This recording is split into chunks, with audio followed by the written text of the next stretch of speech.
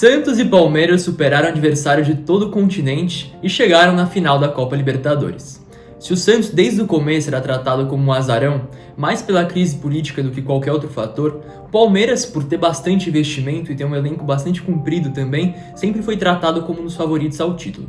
Só que o Santos, fazendo uma campanha bastante convincente, eliminou adversários de grande porte no cenário nacional aqui e também no próprio continente. Adversários muito fortes e com muita tradição na Copa da Libertadores, como é o caso do Grêmio e do Boca Juniors, o que torna esse confronto extremamente equilibrado. Uma coisa curiosa, tanto no Santos quanto no Palmeiras, é que nenhum dos dois times continua com o mesmo técnico que começou a Libertadores. O Santos começou com o Gesualdo Ferreira ainda no começo do ano, antes da parada para a pandemia, e o Palmeiras fez a primeira fase praticamente inteira no comando do Luxemburgo. E, inegavelmente, são dois times que melhoraram muito com os seus novos técnicos, que são o Cuca pelo lado do Santos e o Abel Ferreira no Palmeiras. Só que uma outra curiosidade é que as duas derrotas dos times, do Santos e Palmeiras na Libertadores, cada um teve uma derrota só, foram com os novos comandantes, Claro que foram nas fases mais finais, contra adversários mais complicados. O Palmeiras perdeu para o River no jogo de volta da semifinal e o Santos para a LDU no jogo de volta das oitavas de final. Só que é interessante também pontuar que foram os técnicos que melhoraram os times também, mas foram responsáveis pelas únicas derrotas dos seus times na Libertadores. Os técnicos que estavam indo mal, que foram demitidos, saíram da competição invictos. Outro ponto que é legal da gente reforçar é que chegam na final justamente as duas melhores campanhas da primeira fase. O Santos e o Palmeiras fizeram 16 pontos na primeira fase, com 5 vitórias e um empate. E o Palmeiras conseguiu ser ainda melhor e por isso vai decidir a Copa Libertadores jogando com seu uniforme titular, que é o verde com calção branco. Por isso, o Santos, que não gosta de jogar de branco com calção preto, para não ficar muito parecido com o Corinthians, vai de listrado na final. A campanha do Palmeiras na primeira fase era melhor do que do Santos pela questão do saldo de gol, quando o Palmeiras marcou 17 gols e sofreu somente 2. Mas no mata-mata, eu acho que não seria exagero pontuar que o Santos convenceu até mais do que o Palmeiras, muito pela questão de ter pegado adversários mais complicados e ter feito ótimas partidas, como foi no caso do 4-1 contra o Grêmio e do 3-0 contra o Boca. Já o Palmeiras, tanto nas quartas de final quanto nas oitavas, pegou adversários um pouco piores, de menor nível em relação a ele mesmo, em relação até ao Santos, que foram o Delfim do Equador e o Libertad do Paraguai. No caso do Libertad ainda foi um jogo muito complicado, o Palmeiras empatou lá no Paraguai, aqui no Brasil teve dificuldade, até o time do Paraguai ter um jogador expulso, o Palmeiras estava com muita dificuldade, então eu acho que o Palmeiras não é um time que convenceu tanto quanto o Santos, mais ainda pela questão do jogo contra o River Plate, que foi um jogo totalmente atípico, o Palmeiras conseguiu ganhar de 3-0 lá, um jogo totalmente diferente, com expulsão pelo lado do River, o River perdendo inúmeras chances na primeira etapa, podia ter saído ganhando nos 45 minutos iniciais, mas o Palmeiras acabou fazendo 3-0 em contra-ataque, depois se aproveitou da expulsão e não deixou o River voltar para a partida. Aqui no Brasil, mesmo jogando no Allianz Parque, o Palmeiras foi completamente dominado pelo River, que na minha opinião joga o melhor futebol da América no momento, já há alguns anos também, com a manutenção do técnico Galhardo. Era um jogo muito complicado, mas o Palmeiras não convenceu. Então por isso eu vejo a campanha do Santos no mata-mata melhor do que a do Palmeiras. O Santos, como o próprio Cuca falou, tem mais ou menos uns 13, 14 jogadores que podem ter condições de ser titulares em qualquer partida, inclusive nessa final. Eu sou um pouco mais reduzido, Eu considero 13 jogadores, contando com o goleiro, goleiro reserva, John ou João Paulo, e mais 12 jogadores, se não for contar os goleiros. Porque tem os 11 que vão ser titular e mais o Sandri, que é um 12º jogador, não tem sido titular nos últimos jogos da Libertadores, quando todo mundo está à disposição, mas pode com certeza entrar na partida até de titular, ou mesmo entrar no intervalo, logo no começo do segundo tempo, para mudar o jogo. Pra final, eu acho que o Sandri vai no banco. Eu apostaria num time com John, Pará, Lucas Veríssimo, Luan Pérez e Felipe Jonathan, Diego Pituca e Alisson no meio, Lucas Braga fazendo de segundo atacante, nas pontas Marinho e Soteldo, e na frente o Caio Jorge, que é um centroavante que se movimenta demais. Quais podem ser as mudanças? O Alisson ele ainda tem um teste positivo para a Covid, o que significa que o Sandri pode entrar no lugar dele assim de volante. Continuaria com o mesmo esquema, só com o Sandri no lugar do Alisson. Nesse caso, o Santos ganharia em saída de bola, o Sandri tem muito mais qualidade no passe e no lançamento longo do que o Alisson, mas aí eu acho que pode perder um pouco em experiência, na liderança. O Alisson é o capitão do time, é o grande líder no vestiário, responsável pelas preleções, então eu acho que nesse ponto acaba deixando um pouquinho a desejar. Outro caso que pode acontecer é o Lucas Braga ir para o banco desde o começo e o Cuca apostar numa formação com 3 meio-campistas para fechar o meio de campo. Acho que isso pode ser possível também, porque o Palmeiras tem uma força muito grande no meio de campo e inclusive é isso que o Cuca está muito preocupado para a partida. Entrando nesse caso, vai o Sandri, Pituca e Alisson fazendo uma trinca de volantes no meio de campo e na frente, Marinho, Soteldo e Caio Jorge. Outra alternância que pode acontecer no time titular do Santos é sobre se vai ser o segundo atacante realmente o Lucas Braga ou o Soteldo, que já atuou nessa posição em algumas vezes até na Copa Libertadores. Você colocando o Lucas Braga na ponta, você ganha um cara que recua muito para ajudar até numa linha de 5 na defesa e um cara que também puxa o contra-ataque com muita velocidade. Mas o Soteldo lá, você ganha mais qualidade técnica, mais drible, mais 1 contra 1 e também o mano a mano. O Soteldo, como vocês devem saber, é um cara extremamente habilidoso, que dá aqueles cortezinhos dele sempre matando a defesa. É sempre um pesadelo para qualquer lateral que tenha que marcar ele. Não tem tanto essa recomposição defensiva quanto o Lucas Braga. Então acho que momentos da partida distintos podem fazer o Cuca escalar qualquer um, dependendo de como for a partida. Se o Santos estiver ganhando, talvez um Lucas Braga pela ponta para segurar mais o resultado, para marcar. Se o Santos estiver precisando do resultado, o Soteldo lá para criar mais oportunidades. O Palmeiras ele já tem mais jogadores colocando uma pulguinha atrás da orelha do técnico Abel Ferreira. Muito por causa daquilo que eu já falei também, que é um elenco mais comprido com mais opções do que o Santos. Pelos jogadores que foram poupados nas últimas partidas, principalmente diante de Vasco e Ceará, eu apostaria na seguinte escalação: o Everton, Marcos Rocha, Gustavo Gomes, Luan e Matias Vinha. Danilo, Gabriel Menino e Rafael Veiga. Rony, William e Luiz Adriano. Essa é uma formação num 4-3-3 mais tradicional, mas uma coisa que pode ser muito utilizada e eu acho que é bem possível também é a saída de um dos 3 atacantes lá da frente, que no caso eu apostaria na saída do William Bigode, para entrar mais um meio-campista. Por que isso? Nesse caso, o Gabriel Menino, que é volante nessa escalação que eu apostei aqui para vocês, ele seria um lateral direito, seria deslocado para a lateral direita e o Marcos Rocha funcionaria como um terceiro zagueiro. Essa foi a formação que o Palmeiras usou contra o River Plate e eu acho que é bem possível de usar novamente, tá certo? Nesse caso, que os meio-campistas, que poderiam entrar na partida seriam o Zé Rafael ou o Patrick de Paula. Acho que principalmente esses dois, talvez um Felipe Melo que está voltando de lesão agora, correndo por fora, mas acho bastante improvável. O que mais pode mudar? Esses meio-campistas que eu falei, eles podem realmente entrar no lugar de um dos atacantes, mas o Gabriel Menino não ser deslocado para atuar na lateral. É uma linha de 4 normal, com Rocha, Gustavo Gomes, Luan e Matias Vinha, só que meio que com 3 volantes, fazendo uma trinca de volantes, com Rafael Veiga mais na frente, o Luiz Adriano como centroavante e o Rony flutuando lá na frente, formando uma espécie de 4-3-1-2. É uma formação muito pouco utilizada, que prioriza o jogo pelo meio, mas também consegue atuar bastante pelas pontas, principalmente por meio do Rony.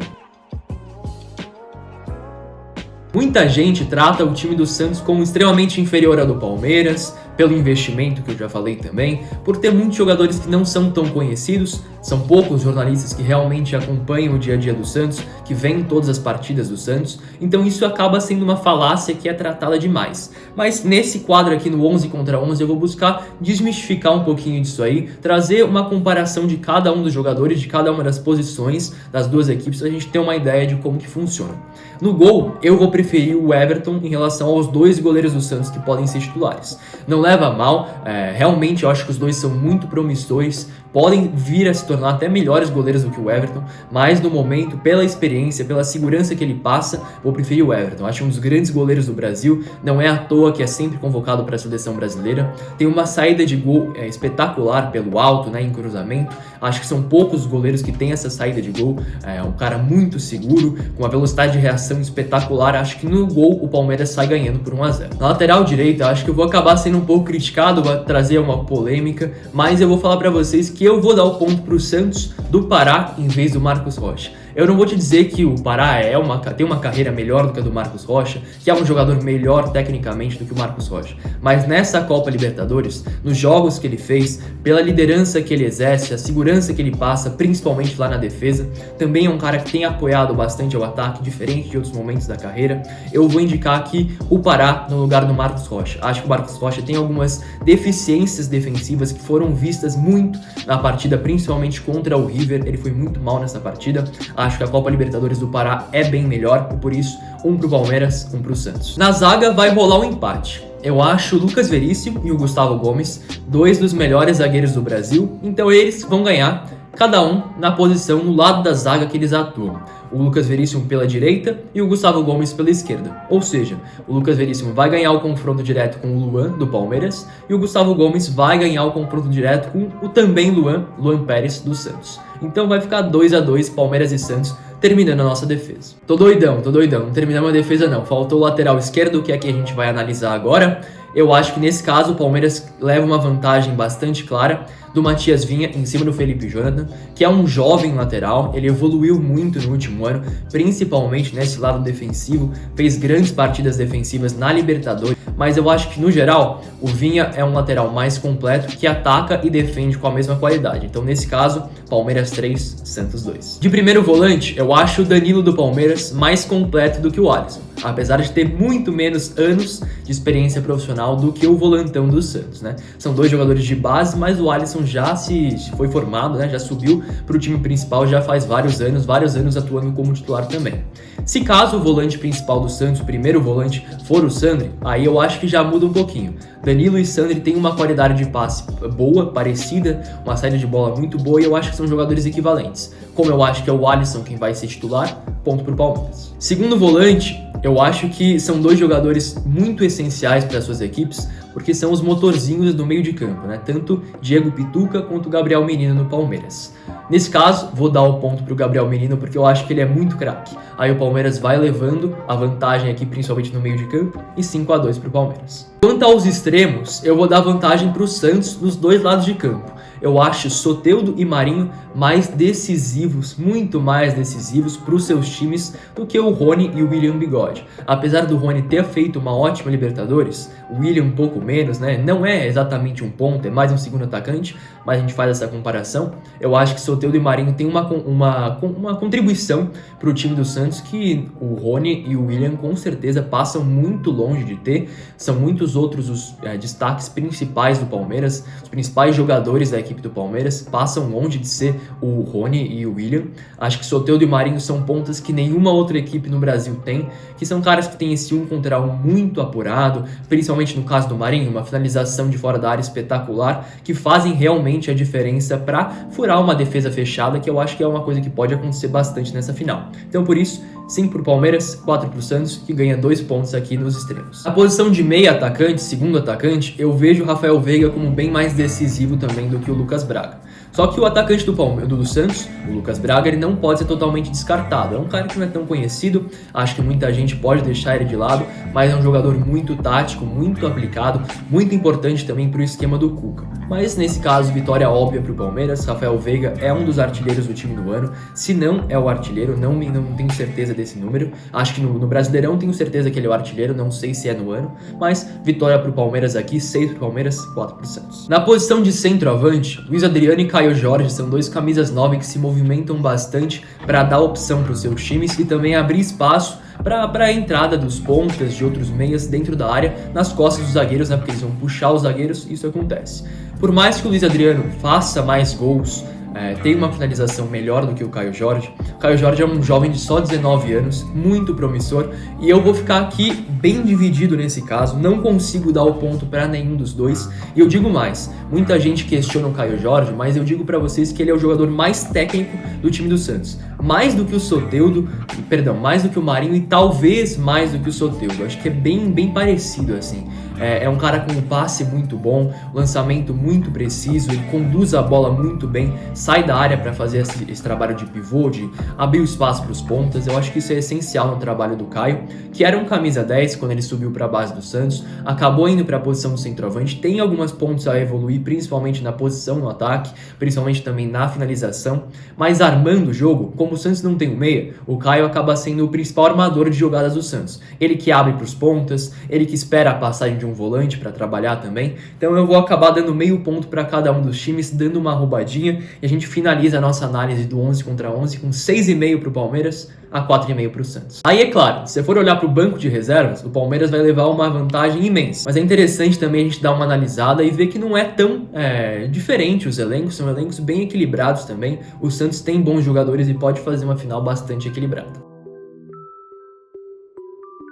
Aqui a intenção é ver em quais pontos o Santos e o Palmeiras podem se aproveitar para criar jogadas nessa final e também aproveitar para falar em quais pontos eles podem literalmente se ferrar. Primeiro, existe uma chance de ambos os times virem com uma linha de 5 atrás. O Santos com essa linha de 5 onde o Lucas Braga marca pela esquerda, né, já foi utilizado em outros jogos da Libertadores, e o Palmeiras, nesse caso aí do Gabriel Menino, fazer uma dobradinha com o Marcos Rocha pela direita.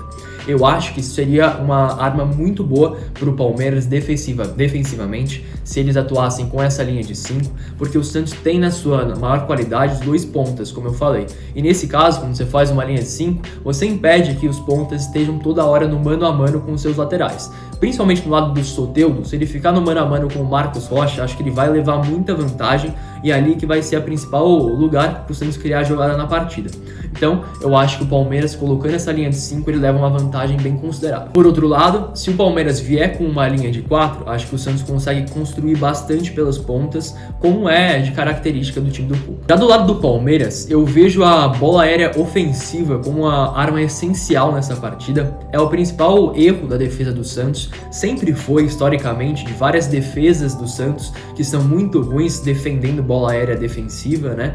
E nesse ano tem um outro ponto que eu acho que impulsiona essa dificuldade, que é o Luan Pérez, zagueiro. Eu acho ele um zagueiro muito bom por baixo, um dos melhores zagueiros do campeonato, inclusive. Tem um tempo de reação muito bom, ele é muito rápido, intercepta bem, desarma bem, mas pelo alto. Teve até uma fase no Campeonato Brasileiro que ele era o zagueiro com menor porcentagem de bolas aéreas ganhas no campeonato. Eu acho que isso pode ter até mudado, mas mesmo assim, é um cara que não vai bem na bola aérea ofensiva, dificilmente você vai ver ele ganhando de cabeça num escanteio, até fazendo um gol. Acho que ele nunca fez gol pelo Santos. E na bola aérea defensiva ele perde muito de cabeça também. No segundo turno, no último encontro entre Palmeiras e Santos pelo Brasileirão, Palmeiras marcou os 2 gols deles em jogadas de bola parada, ofensiva, de escanteios. E isso demonstra muito como o Santos tem uma dificuldade enorme de marcar esse tipo de jogada. O Palmeiras, por outro lado, é muito bom no ataque, na bola aérea ofensiva, principalmente com o Gustavo Gomes, que é um zagueiro muito alto, com boa presença aérea lá na frente. Se conseguir explorar isso, vai ficar muito difícil para o Santos defender. Outro ponto que é interessante é quanto à posse de bola. Tanto o Palmeiras quanto o Santos são times que não se preocupam muito em manter muito a posse, rodar muito o jogo antes de tentar espetar para fazer um gol. São 2 times muito verticais. Um dado que é interessante que eu peguei aqui para vocês é que o Santos passou pelo Boca Juniors com 55% de posse de bola no jogo na Argentina e 45% de posse de bola no jogo aqui na Vila Belmiro. Já o Palmeiras passou pelo River com 29% de posse de bola no jogo que ganhou de 3-0 lá na Argentina e 34% de posse de bola jogando dentro de casa. Aí você pode até falar, o Santos tem bem mais posse, mas tem que analisar também que o River é um time que gosta de ter mais a bola do que o Boca, que o Palmeiras estava numa circunstância bem diferente do Santos. Então, são 2 times realmente verticais, se você analisa todas as partidas. Talvez o Palmeiras realmente seja mais vertical do que o Santos. É bom também analisar o número de posse de bola no jogo entre Santos e Palmeiras, onde o Santos teve 60% de posse de bola, o Palmeiras só 40%. Então eu acho que se tiver algum time que vá ter mais posse de bola, esse time vai ser o Santos do Cuca. Porque como é um jogo em campo neutro, eu apostaria numa posse de bola bem dividida e eu acredito que os times vão pressionar bastante as saídas de bola adversárias, ou pelo menos deveriam. Tanto o Santos quanto o Palmeiras não são times que se caracterizam por ter uma saída de bola por baixo muito boa. Às vezes, quando eles estão apertados, eles precisam dar o bicão lá pra frente, apesar de ter zagueiros que saem jogando muito bem. Os 4 zagueiros titulares dos 2 times são muito bons para sair jogando, mas não tem um esquema que priorize muito essa saída pelo chão. Eu acho que se tiver essa pressão na saída de bola, pode ser um jogo de muitos chutões e até bastante truncado. Primeiro que eu não vou ser nem doido de apostar um favorito na final da Copa Libertadores. Se os dois times chegaram até aqui é porque eles têm capacidade para isso e com certeza eu não vou apontar um favorito muito claro nessa partida. Essa parte aqui dos prognósticos é mais pra gente tentar dar um palpite de como que eu acho que vai ser a partida.